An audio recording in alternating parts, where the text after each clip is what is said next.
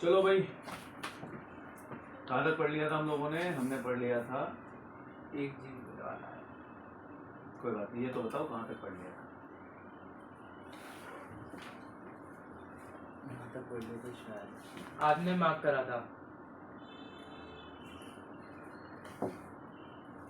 हाँ, एरिस्टोक्रेसी पढ़ ली हमने? नहीं पढ़ी? एरिस्टोक्रेसी आपने पढ़ ली।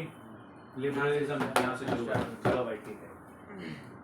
देखो भाई, अब जो मैं पढ़ा रहा हूँ उसको बोर्ड के लिए तैयार कर सकते हो, इतना हाई लेवल का ये क्वेश्चन है।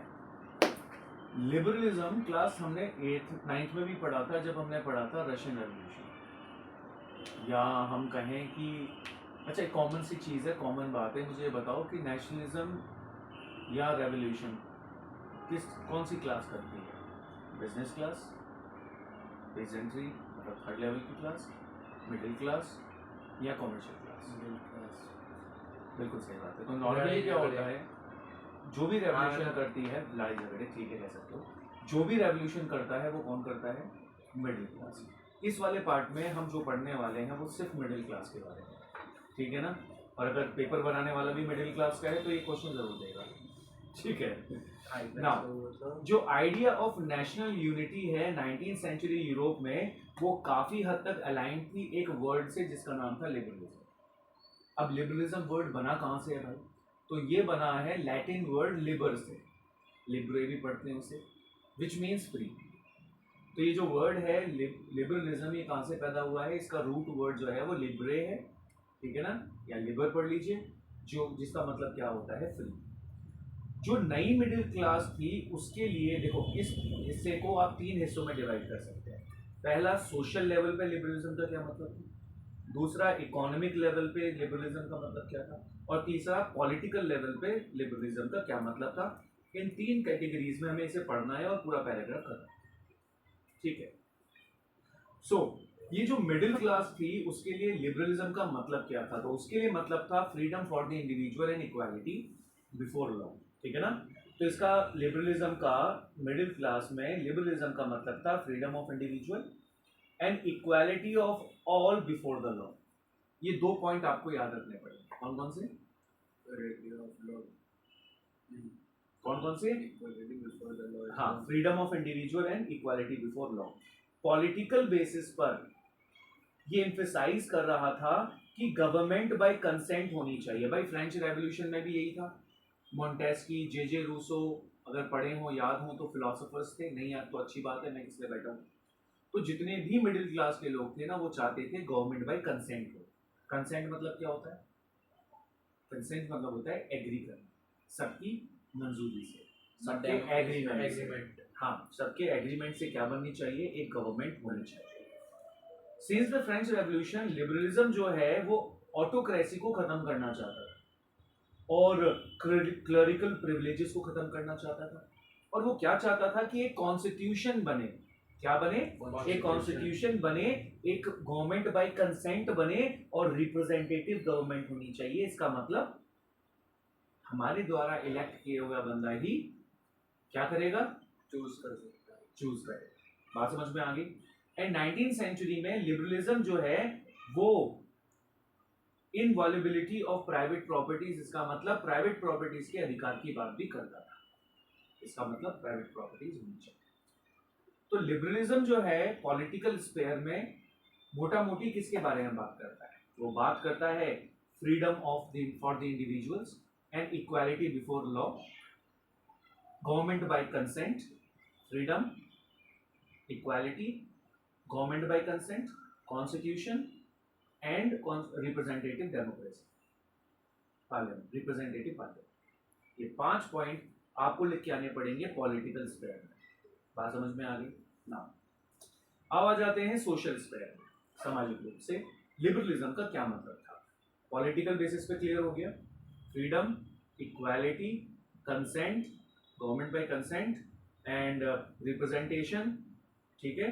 रिप्रेजेंटेशन और क्या रह गया हमारा? Representative form of government and yes constitution. सबसे बड़ी चीज तो वही है। तो ये 5 चीजें हमारी पॉलिटिकल स्फीयर में थी। अब आ जाते हैं कि सोसाइटी के लेवल पे लिबरलिज्म का क्या मतलब था। अभी से नहीं डाल लगी, पानी पिलाओ। अरे पे क्या तो खून क्यों पी रहा भाई, इस पर ध्यान दो।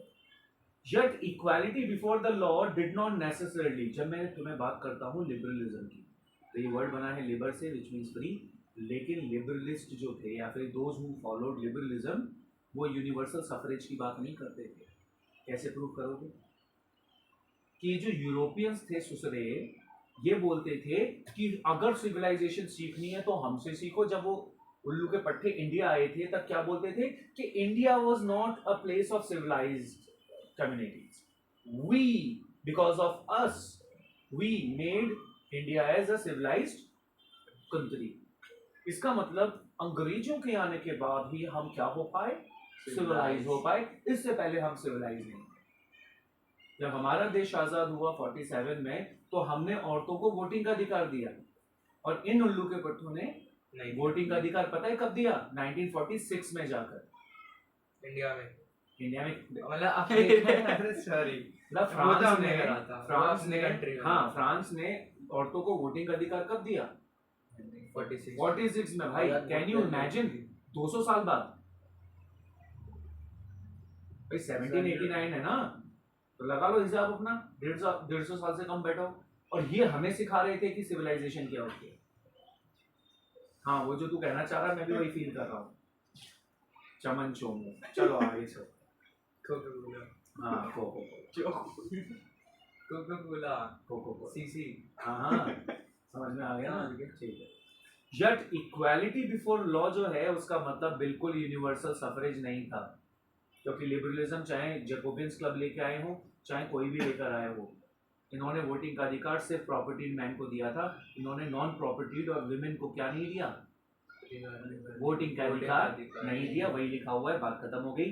जैसे for example French revolutionary France में एक पहला पॉलिटिकल एक्सपेरिमेंट हुआ था, हाँ या ना, 1791 पहला कॉन्स्टिट्यूशन बना था यूरोप का, पहली बार मोनार्की हटाई गई थी। हालांकि हट तो इंग्लैंड में गई थी 1688 में, बट उसे अवॉइड करते हैं। फ्रांस में पहला रेवोल्यूशन हुआ था, उसमें क्या किया गया, एक लिबरल डेमोक्रेसी बनाई गई। राइट टू वोट तो दिया गया मेरे बच्चों, लेकिन उसमें एक्सक्लूसिव थे, उसमें इंक्लूडेड थे only the property own man. जो मैंने अभी पहले बताया ना वही लिखा हुआ है, क्योंकि मैं आउट ऑफ द बॉक्स नहीं जाऊंगा। एंड वाइल जो नॉन विदाउट प्रॉपर्टी थे और जितनी भी औरतें थी मेरे बच्चों, उन्हें पॉलिटिकल राइट्स नहीं थे।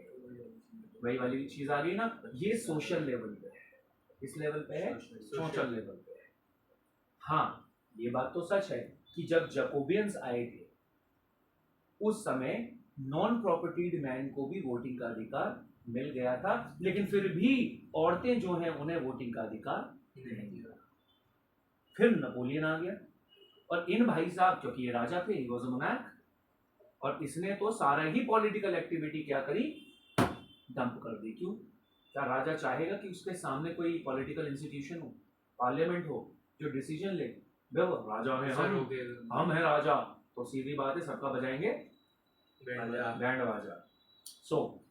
तो नेपोलियन के आने के बाद अब जो सफरेज था वो लिमिटेड नहीं बल्कि पूरी तरीके से खत्म हो गया। और बात रही औरतों का, तो औरतों जो है ना, औरतें they got the status of minority. औरतें जो है वो माइनॉरिटी में चली गई, और क्या कहा गया कि women are the subject of authority of father and then authority of husband. Khushi teacher, hello भैया नमस्कार, नमस्कार भैया, कैसे हैं? आवाज कट रही है आपकी।